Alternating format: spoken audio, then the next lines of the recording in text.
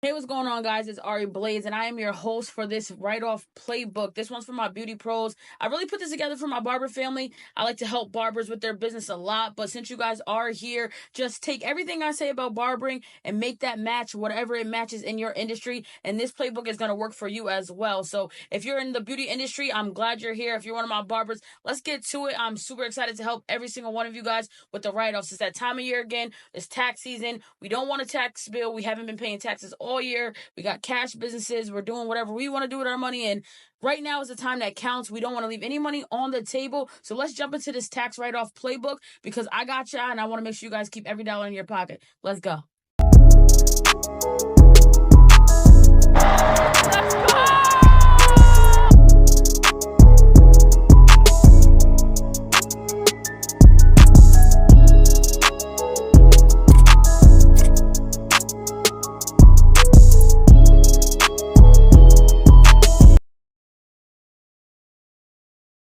All right, let's talk about deductions. So there's two types of deductions you can make while you're doing your taxes every year. They have the standardized deduction and the itemized deduction. The itemized deduction is the deductions I'm going to help you with, and that's just breaking down what you can and cannot write off, and then just categorizing everything and calculating everything that you have spent and deducting that from your income.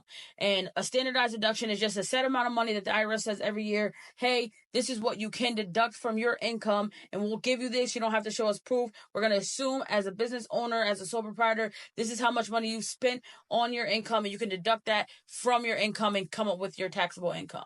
The itemized one is going to save you a lot more money, especially if you're like me and spend a lot of money on business. And I know a lot of us barbers buy a lot of tools that are high in price, as well as products and other things that we might buy for our industry. And that goes for stylists, techs, tattoo artists, everybody's spending money all year round. So I want to make sure that we can itemize our deductions. That way we don't have to take the standard deductions and leave no money on the table when it comes to writing something off. The reason we are focusing on write-offs is because we are focused on our taxable income. That is the amount of money the IRS expects us to pay taxes on every single year. We work every year, all year long. We don't pay taxes because we're collecting cash or card payments. We're not getting a check. We're not W-2 employees.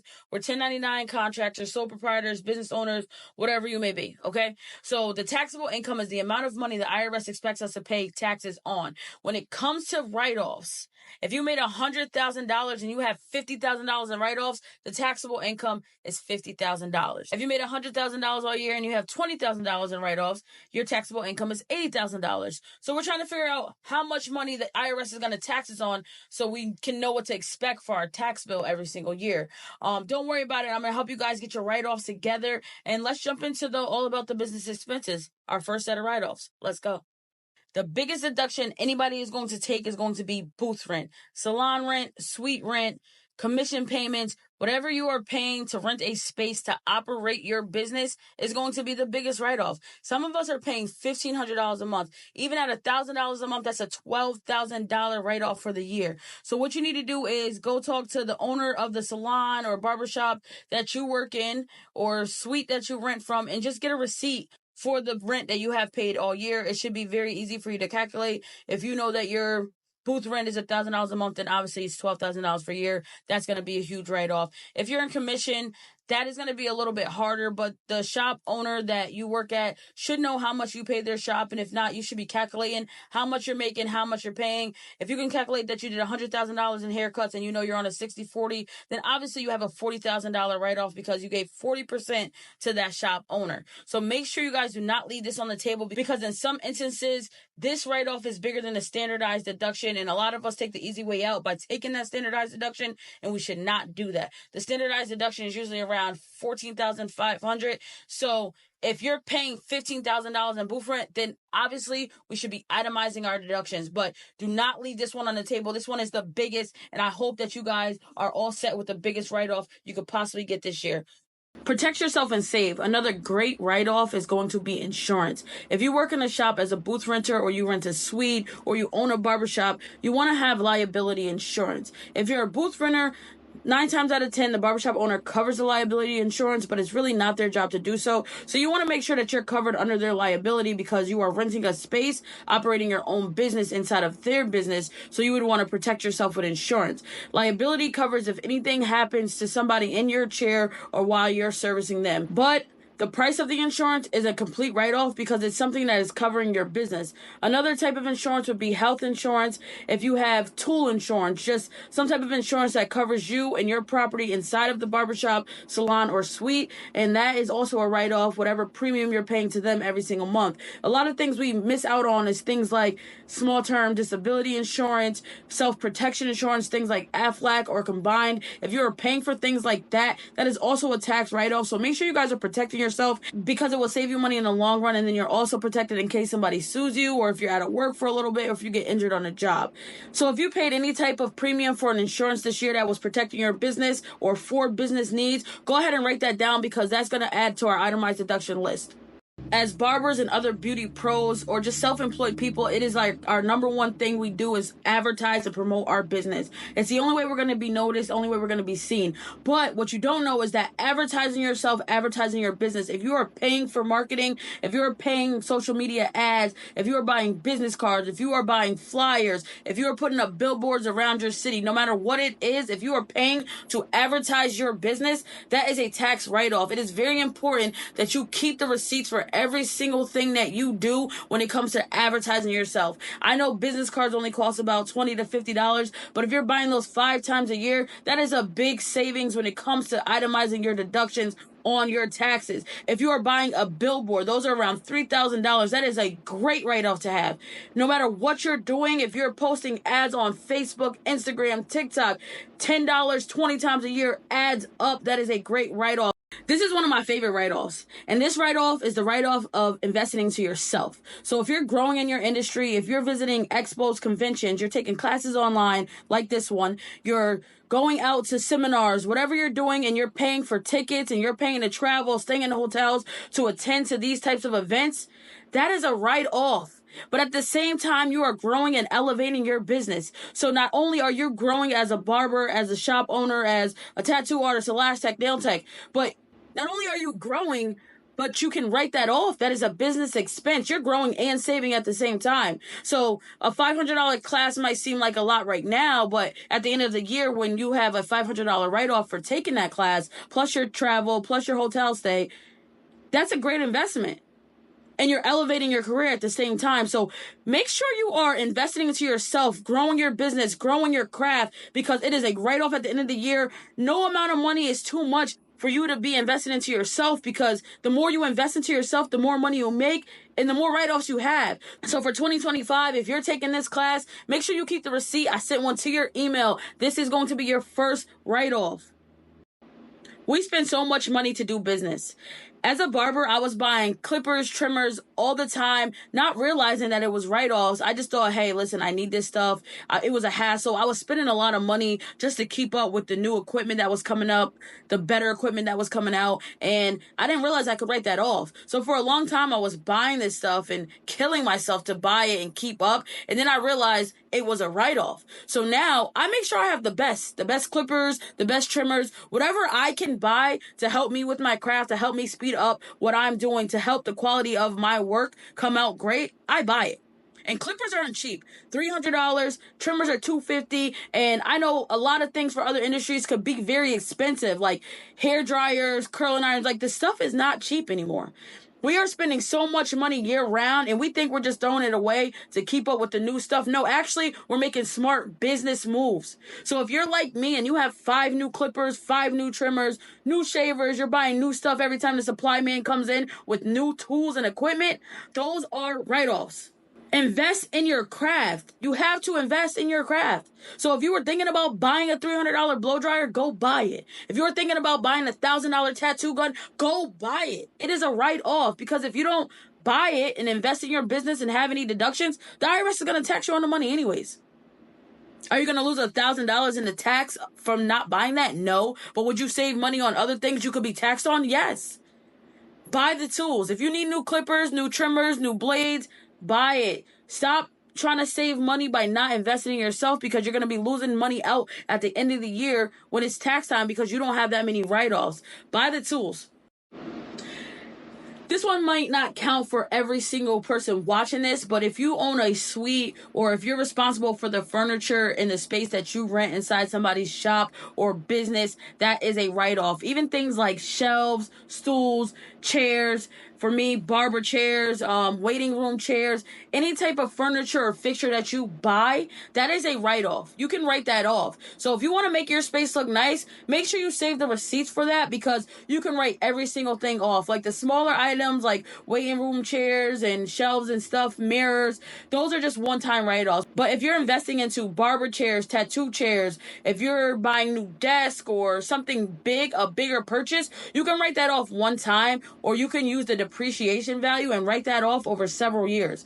This write-off we use every single day while we're conducting business, and it's products that we use on our clients. I did leave some examples down below for other industries other than barbering, but I am going to give some barbering examples. So if you're using gel, hair cream, face cream, any type of facial scrub, texture powder, gloves, neck strips, clipper side, whatever you're using while in the process of doing your work as a barber, those products are able to be written off. If you're a nail tech, nail polish, tattoo artist, tattoo ink, needles, anything that you're using in the process of doing your jobs product-wise is actually a write-off, and it's a write-off that's going to build up every single day of every single year. So when your supplier comes in and you're buying supplies, when you go to Cosmoprof or any other store where they sell those supplies, make sure you keep your receipts, because we need these receipts to make sure we get the entire write-off for the year of the products we're using on our clients.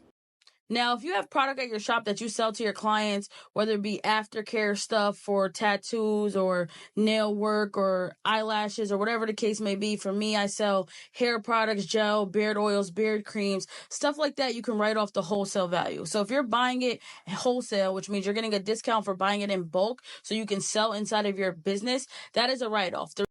If you're doing business at home, you can actually write off a percentage of your rent or mortgage for your business. So if you have a setup at home where you are conducting business through, for me, for instance, I'm in my computer room. I'm actually using it right now for business because this course is a part of my business. I can write off a percentage of the rent I pay to live here because a percentage of this home is going towards my business. If I have a closet where I stock supplies for my business, that is a write-off. If I have a barber chair in another room and I'm doing at-home haircuts, I can use that as a write-off. So if you are working from home, whether you're booking appointments, you just have to have a dedicated space in your home for business only, and you can write that off as long as it's used for business. And then you would have to figure out what percentage of your home that business is taking up. That way you can write off that percentage of your yearly rent or mortgage or whatever you pay. When it comes to write-offs, a lot of us miss out on these everyday essentials because it's something we use every day and we don't think about it in a business sense. So if you have a cell phone that you're using to take calls from clients, you're booking appointments on that phone, you can actually write off a portion of that phone bill. If you're like me, I have a separate phone just for business, so I write off the entire phone bill. But if you use yours for 50% business, 50% personal, then you want to write off 50% of the bills you've been paying on that phone. The same thing with internet. If you're using an internet somewhere like at home to do business things, then you can write off internet.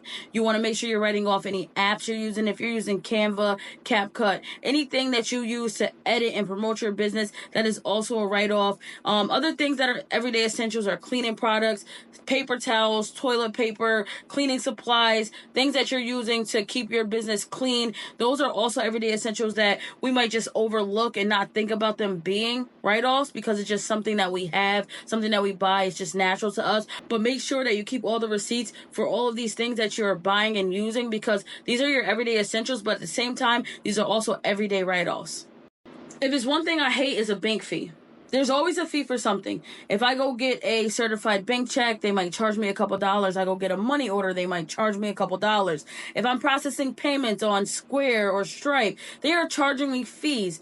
All of these fees are write-offs. If you have a business bank account or a bank account strictly for your career and your craft, you can write off the monthly maintenance fee. I think my bank charged me about $5 for one of my accounts. I write that off at the end of the year. Every time I swipe a card on Square, they're taking a percentage. That is a fee I'm paying to conduct business, so that is also a write-off. So what you want to make sure you do if you have a credit card processing company that you use is go into the back system and see how much you've paid them throughout the year and write that amount off, because those are fees you are paying to operate your business. If you're paying Cash App, Venmo, PayPal, any type of fees to process payments, those are actually write-offs.